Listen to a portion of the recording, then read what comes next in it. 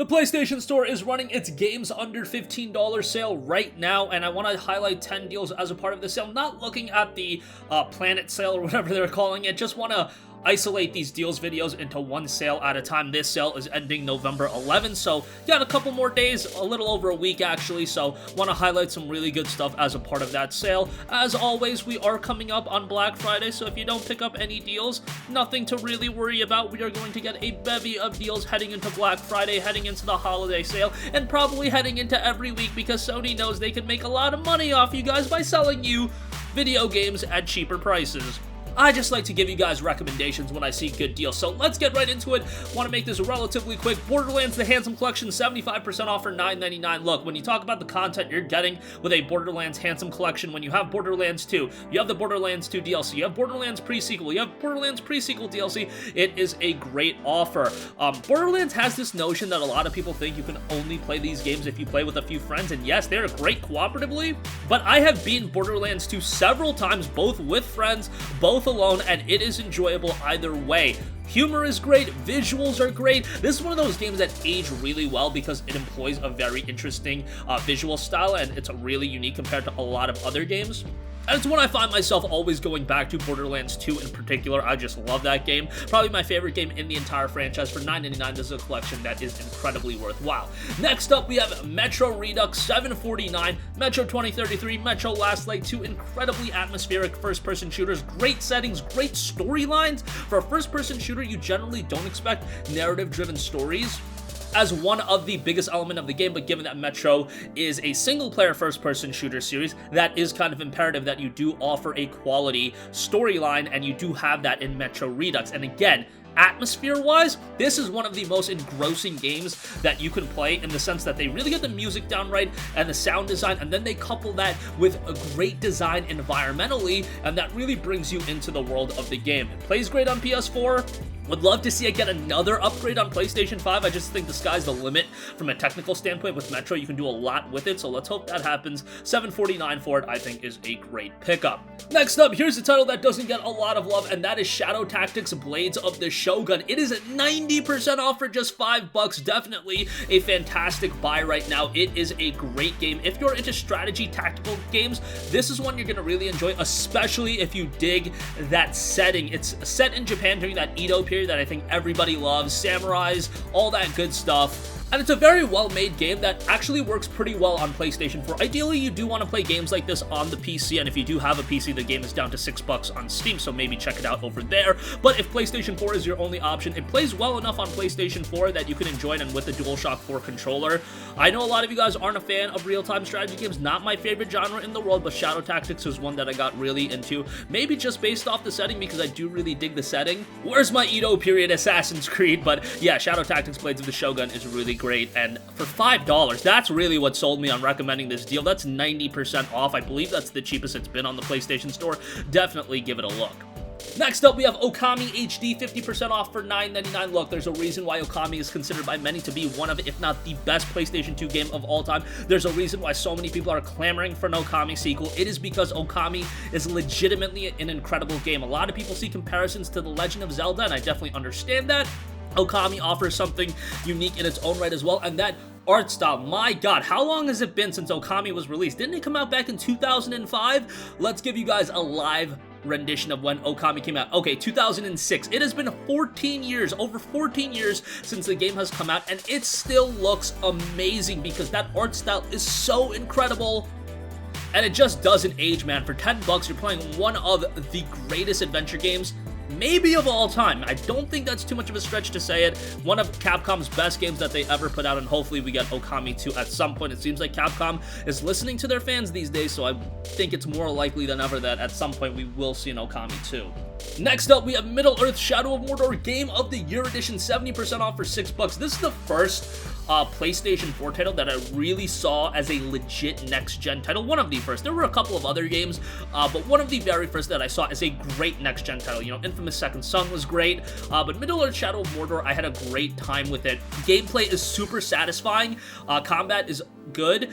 Not quite as good as Shadow of War, the follow-up title, but I think the open world is still relatively good. Story is pretty good, and for $6, you're getting quite a bit of content for your money. Yes, it is a little bit older. It's like 6 years old at this point, but it still holds up really well. It was one of the more visually impressive games when it came out, and still looks pretty damn good. So you got a lot of additional content for $6. I think it's a great buy. Next up, you guys know when this game goes on sale, I have to recommend it. For JRPG fans, Tales of Vesperia Definitive Edition is fantastic. $12.49. Honestly, might not be the worst gateway JRPG either. I typically don't recommend Tales as a gateway JRPG just because it does have a lot of Japanese tropes at times, but Vesperia has such a solid cast of characters, and I think that's really, really the core fundamental that is needed for somebody to get into JRPGs, is that they feel connected to the characters, and Vesperia might have the strongest batch of characters in any Tales of game. It might not have the best overall narrative, but in terms of character interaction, you can make an argument that Vesperia does have the best. I'm not going to get into that debate right now, but for $12.49, you are getting a great JRPG here. With, you know, a good story, nothing blowaway. You know, it's kind of your typical save the world Japanese RPG storyline.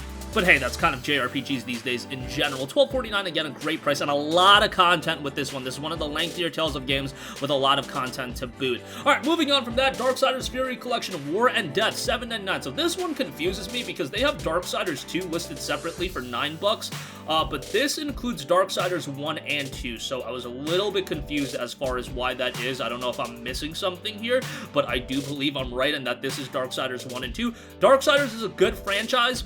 I think it got a little bit of flack back in the day because people were saying it's a combination of The Legend of Zelda and God of War, and yeah, if you're saying it's a combination of two of the greatest video game franchises of all time, people are going to have sky-high expectations, and Darksiders didn't quite meet that. But was it a good game? Was it a well-designed game? Did it have a pretty good story? Yeah, it did. It did in all of those aspects, and Darksiders 1 in particular was a game that I really enjoyed. Darksiders 2 is good as well, but both games for $8 is a really solid pickup. And after that, Darksiders 3, don't think it's the worst game in the world. It's not as good as Darksiders 1 and 2, but Darksiders Genesis, that's a really good game as well. And that studio, actually, Airship Syndicate, that did Darksiders Genesis, they are doing the League of Legends single-player RPG, so that's a bit of a factoid for you guys there. Pretty excited for that, actually. Next up, we have This War of Mine, The Little Ones.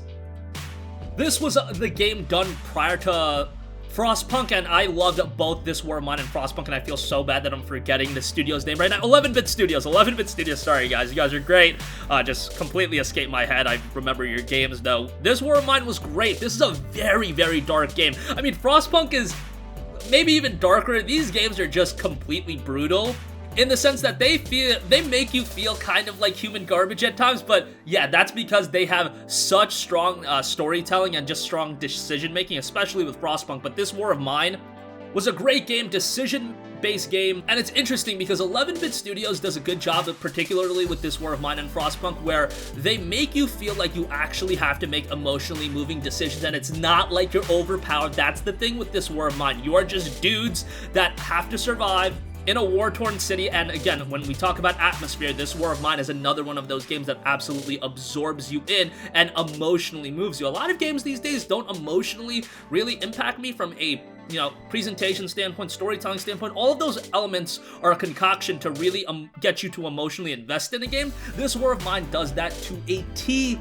And for $5, I think it's a great buy. Pick this one up, and then when Frostpunk goes on sale, check that one out too. I played the hell out of Frostpunk on PC and absolutely loved it. Next up, we have Bulletstorm Full Clip Edition, $6.74 for this one. I played this back on the PlayStation 3 when it originally came out, and the issue with it was, bruh, for $60, not that lengthy of a game, and it really was its undoing. However, now for $6.74, I think it's pretty good. Now, this is not a game you want to play with children around, younger people around, people that might get offended, because yes, it's a pretty offensive game at times, but I find the language to be absolutely humorous, over-the-top action gameplay, a lot of fun, not the lengthiest game in the world, as I mentioned, but you're only paying $6.74 here, so I think it's worthwhile. And again, just play alone or play with a couple of friends when you're hammered, and I think you're going to have a really good time with Bulletstorm.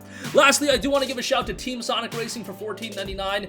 We don't have Mario Kart on the PlayStation 4, so Team Sonic Racing acts as a pretty good arcade racer featuring a very nostalgic IP. I love Sonic, so I enjoyed Team Sonic Racing a lot. I know CTR is out there.